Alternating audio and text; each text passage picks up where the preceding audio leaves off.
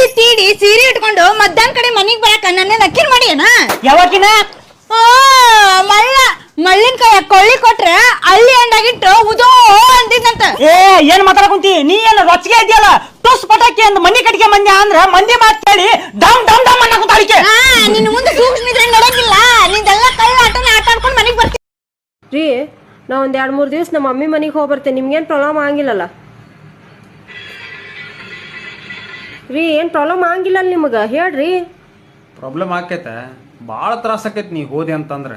ಹೌದಾ? ಹಂಗಂದ್ರ ಮಮ್ಮಿಗೆ ಫೋನ್ ಮಾಡಿ ಇಲ್ಲೇ ಕರೆಸ್ಕೊಂಡ್ಬಿಡ್ತೇನೆ ತಗೋರಿ. ಆ ದೇವ್ರು ನಮಗೆ ಎಲ್ಲ ಕೊಟ್ಟಿದ್ದಾನೆ.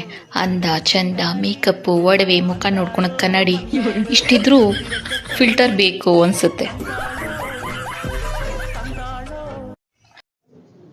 ನಮ್ಮ ಅತ್ತೆ ಡೈಲಾಗ್ ಕೇಳ್ಬೇಕು ನೀವು. ಮದುವೆ ಆಗಿ ಇಷ್ಟು ವರ್ಷ ಅದನ್ನು ಒಂದೇ ರಾಗ, ನನ್ನ ಮಗನ್ ಚೆನ್ನಾಗಿ ಸಾಕಿದೀನಿ, ನನ್ನ ಮಗನ್ ಚೆನ್ನಾಗಿ ಸಾಕಿದೀನಿ, ನನ್ನ ಮಗನ್ ನಾನು ಚೆನ್ನಾಗಿ ಸಾಕ್ಬಿಟ್ಟು ನಿನ್ ಕೈಗೆ ಕೊಟ್ಟಿದ್ದೀನಿ, ಹುಷಾರ ನೋಡ್ಕೊಳವ, ಅವ್ನಿಗೆ ಅದಿಷ್ಟ ಇದಿಷ್ಟ ಇದಿಷ್ಟ ಇದಿಷ್ಟ ಆಗಲ್ಲ ಅದಿಷ್ಟ ಆಗಲ್ಲ, ಬರೀ ಇದೆ ಹೇಳ್ತಾರೆ.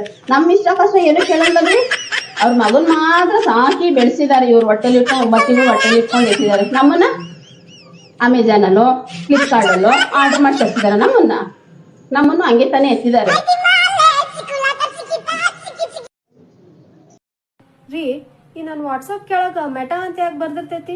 ಅದನ್ನ ಮಾರ್ಕ್ ಜುಕರ್ಬರ್ಗ್ 16 ಬಿಲಿಯನ್ ಕೊಟ್ಟು ಖರೀದಿ ಮಾಡ್ಯಾನ.